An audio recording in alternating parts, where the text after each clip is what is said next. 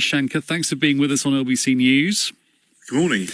What do you think the UK, and for that matter the European Union, will do in response to Donald Trump's 25%? Well, I think you're probably going to see two different reactions from the EU and from the UK. So it's not a big surprise, the auto tariff. He's been communicating this for some time. It will take effect from April, somewhere between April the 3rd and May the 3rd. And essentially there have been a series of tariffs, we know.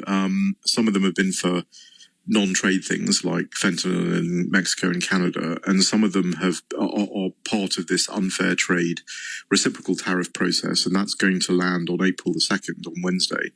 And that will go to the president's desk, and you can expect on Wednesday to have more announcements of many more tariffs, certainly big tariffs on the EU and China. Probably most of the G7 countries, at least, certainly possibly G20, will get their share of tariffs. The European Union has said quite clearly they will retaliate. They've got a list of products that they usually retaliate on, things like Levi jeans and bourbon and that kind of thing. The idea of that is to try to get the US administration to change. Now, I think that's quite unlikely. It's certainly not likely if the UK were to retaliate. So I don't think you're going to see that. I think you're going to see from the UK an attempt to get some sort of trade deal, or start the negotiation at least of a trade deal, so that they can avoid those tariffs. Right. And in terms of the European Union, it's interesting to hear you say it's not going to work. Of course it's not going to work. There's no way that the European Union is going to introduce any kind of retaliation that's going to make Donald Trump go, oh, well, of course, if you're going to do that, then, you know, the deal, the whole thing's off. That's literally not going to happen. So why are they bothering?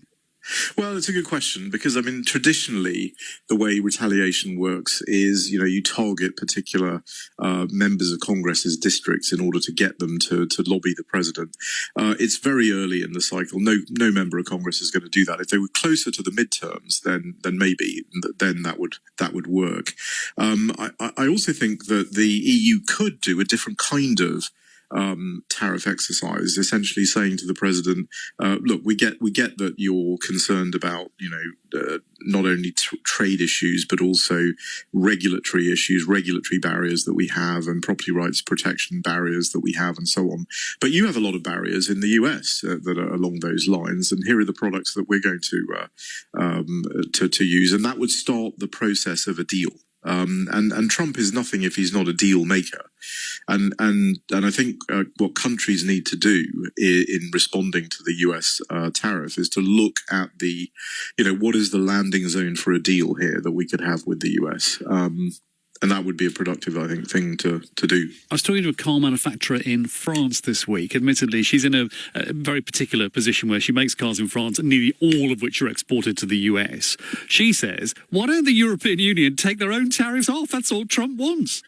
Well, that's a very good point. He wants a little bit more than that. I mean, it's not just the tariff, which is much higher in the EU. It's also, there's a series of, particularly in the auto sector, regulatory barriers. Now, none of this is going to be a surprise. When the document lands on Wednesday, it will basically be very similar to all of the previous what's called national trade estimate, which is the US's, every year they do an inventory of foreign country trade barriers.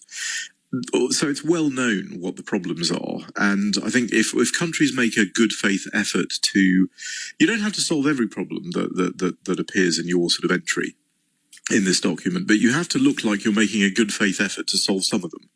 And I think and you've actually already seen that from the EU and from the UK, in fact, and also from other countries like India and so on, the little sort of overtures about, you know, we might be able to change some of these things. That's of course what he wants, and you know, he is a deal maker, and I think there are deals to be done, and what the tariff that's imposed on April the 2nd will be accompanied with is, you know, some sort of deal plan or deal idea or heads of terms or whatever that countries can look at and decide if they want to sign up to these things. If they don't, the other thing that Trump says he wants to avoid just putting prices of everything up for US consumers is you know, more and more companies to relocate production to the US. Do you think that's going to happen? Well, in some sectors, that can happen, and I certainly think, you know, there will be some. relocation of manufacturing. I mean, clearly in boardrooms around the world, the only thing that you know with certainty is that if you're in the US, you're not going to have to worry about any kind of tariff. So that will happen to some extent, but there are some, for some industries, that's actually very difficult to do. So the car industry is actually a case in point. There are literally millions of components, and to move a supply chain entirely into the US is very difficult. So particularly for the UK car industry, that's going to be very difficult.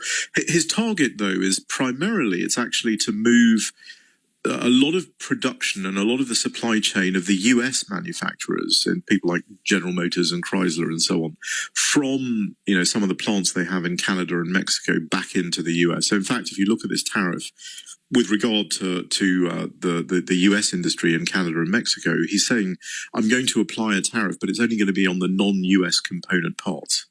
So he's trying to force, and the primary goal here is not so much to attack the German industry or the British industry. It's really to make the US industry pull more of its supply chain back into the US. Shanker, thank you very much indeed for that. Shanker Singham.